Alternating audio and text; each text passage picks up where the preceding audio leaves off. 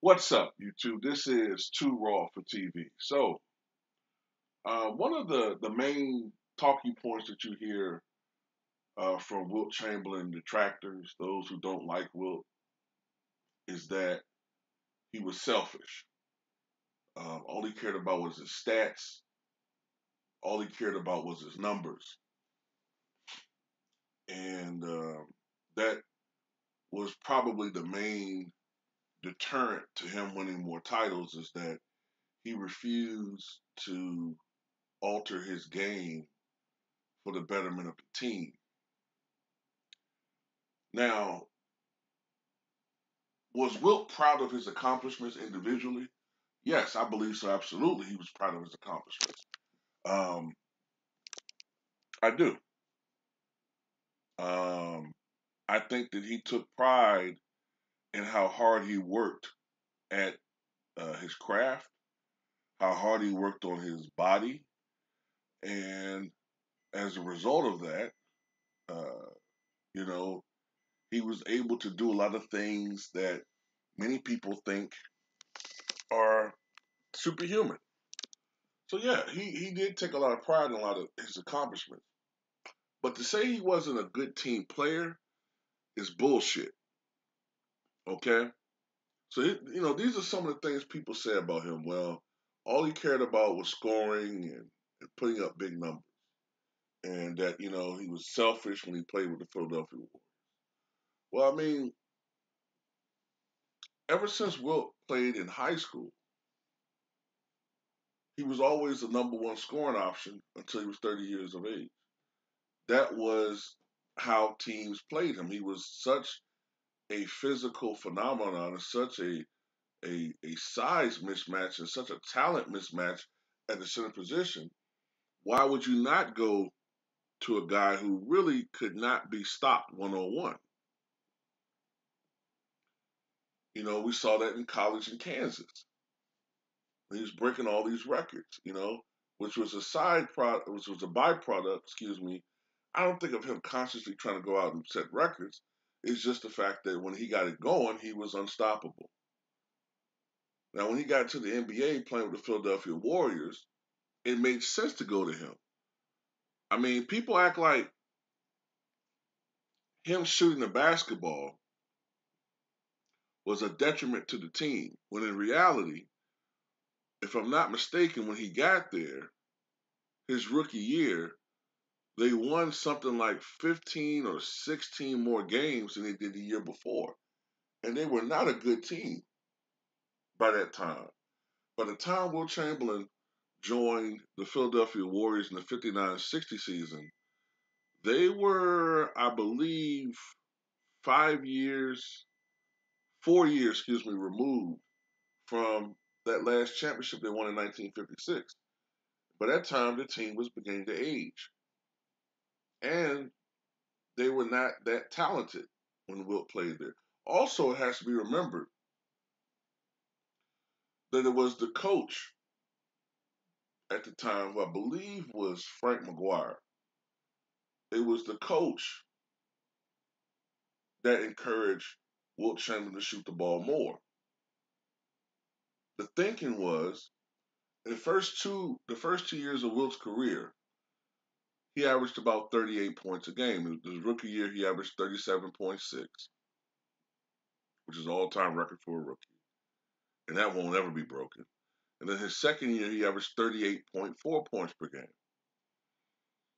But when they would play the Boston Celtics, they would usually lose by about 8 to 10 points. So Frank McGuire figured, well, if we're losing by 8 points when he's putting up 38 points, excuse me, maybe if he averaged 50, we'd beat them. So the next year, that's why he went out and scored 4,029 points and had all of those 50-point games. It wasn't because Wilt was going out there and consciously being selfish and shooting the ball all the damn time. That was what the coach wanted. And according to Guy Rogers, who was their point guard at the time, for the most part, that's what the philosophy was for that year. They were just going to let Wilt shoot the basketball at a rate that we have never seen before or since. Some of the teammates actually made jokes about it. You know what I'm saying? I think it was I can't remember the player. Was it Paul Arizin? One of the players made a joke about throwing a basketball against a wall, and someone asked him about it. He said, "Oh, I'm just practicing throwing passes to Will Chamberlain. That's my role out there now." You know, but that's what the coach wanted. That's what the team wanted, and it didn't work ultimately. But individually, he put up a lot of numbers. As a matter of fact, Will Chamberlain said that he was often embarrassed. He felt bad about shooting the ball that much and scoring so many points. 100 points against the Knicks, 78 points, 73 points twice, I think, 72 points. He felt bad about that shit. Now, ultimately, every year after that, his scoring average dropped as the team got a little bit better. After that year, I think after 62 or after 63, one of the years, I think maybe after 63, that's when they left Philly and went to San Francisco. Ultimately, the team started getting better. They drafted Nate Thurman as a backup to Wilt. Ultimately, they traded Wilt because Nate could be a guy that they could build a team around. But his scoring average dropped. The next year, he averaged 44.8. The next year, he averaged 36.9. The year after that, 34.7. And then the last year, he led the league in scoring. He averaged 33.5. So, so as the talent around him got better, you know, he didn't shoot the ball as much. Now, when he went to the Philadelphia 76ers, he was finally on a team that had talent, guys in their prime. You know, this is a team that had Billy Cunningham. This is a team that had Wilt, of course, on the team. This is a team that had Chet Walker in his prime. This is a team that had Luke Jackson. So this is a team that had a lot of talent. So therefore, Wilt became more of an all-around player. He became a guy that could score, but he focused more on his playmaking with this team. This is when Wilt became a triple-double machine, but it's not reflected in the numbers because they didn't count blocks at that time. But if they counted blocks, Wilt probably averaged a triple-double in those years. He probably had years where he averaged 24 points, 21 rebounds, and maybe 10 blocks a game. But he didn't count blocks back then. That's why I always say that Will Chamberlain is unofficially the real triple double leader, not Russell Westbrook. But then after that, when he went to the Lakers, he changed his game again and basically became a much more efficient version of Bill Russell, where he focused just on defensive rebounding, scoring at times. Now, he did make the most of his shot attempts. He didn't shoot the ball a lot. Oftentimes, he was fourth and fifth in the offense. Uh, but he switched to more of a power game. Also, at that time, he could afford to do that because centers were starting to become more lax in their defense by the early 1970s. Shot blocking was starting to go down a little bit as we would proceed through the 1970s. Um, so uh, at that time, Wilt was a guy maybe averaging between 14 and 18 points, 19, 20 rebounds, 5 assists, maybe 6, 7 blocks a game. Still a great, great player, shooting between 60 and 70% from the floor, whereas Russell was shooting in the low 40s.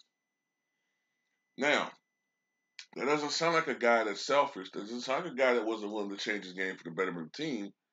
It sounds like a guy that was trying to do everything he could to go out there and win. He would do whatever it took to win ball games. Now, contrast that with Mike Jordan, who is one of my favorite basketball players. All right. But when Phil Jackson took over that team, Michael Jordan, he expected him to go from averaging 37, 35, 33 points a game, He wanted Michael to average 24 points again for the betterment of the team. Michael Jordan refused to do that. Michael Jordan told him that he wanted to still win scoring titles. He thought that he could still win scoring titles and win championships. So they compromised.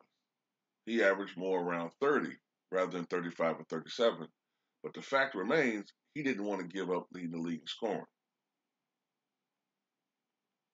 So who's the selfish one? Will Chamberlain? Or was it Michael Jordan? I'm not criticizing Jordan. I'm just saying people got this thing about Wilt being this selfish guy. But look at Michael Jordan in this situation. He didn't want to give up leading the league in scoring.